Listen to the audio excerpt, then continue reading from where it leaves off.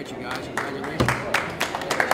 New Orleans Mayor Mitch Landrieu signed an executive order today at Gallier Hall that's aimed at reforming the New Orleans Police Department's Special Victims Section. And as we come together today to fix our little piece of the New Orleans Police Department and how it responds, we as a city, we as a state, we as a country have to really think about the root cause of what these things are so that people can live in safety and in peace. The reforms presented at today's press conference included hiring 3 trained social workers to respond with detectives to the scene of sex crimes, doubling the number of detectives assigned to the unit. Currently, there are only 19 investigators.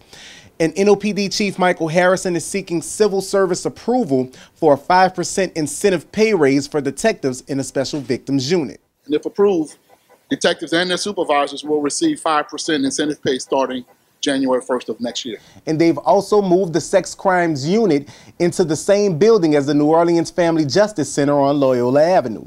Mary Claire Landry of the Family Justice Center says without creating this model to tackle the problem, they wouldn't be successful at coming up with real solutions. If we don't create a mechanism and a space where all of us can work together and share the kind of critical information that is going to keep victims safe through the whole process, then we're not going to be successful at this. And those are just a few of the more than 50 reforms put in place after the city's Inspector General, Ed Quatrevo, released a report in November of 2014 that found that as far back as 2010, the NOPD failed to properly investigate hundreds of cases of rape and child abuse complaints in the NOPD's sex crimes unit.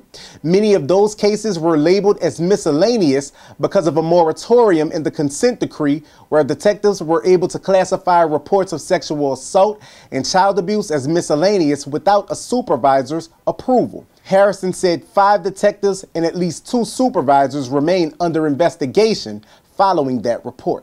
Right now, we have not found, and we agree that we have not found, any criminal violations, but a number of administrative violations that we're dealing with. So it's winding down, and in the very, very near future, we'll be ready to go public with what we found and how we're proceeding forward with that.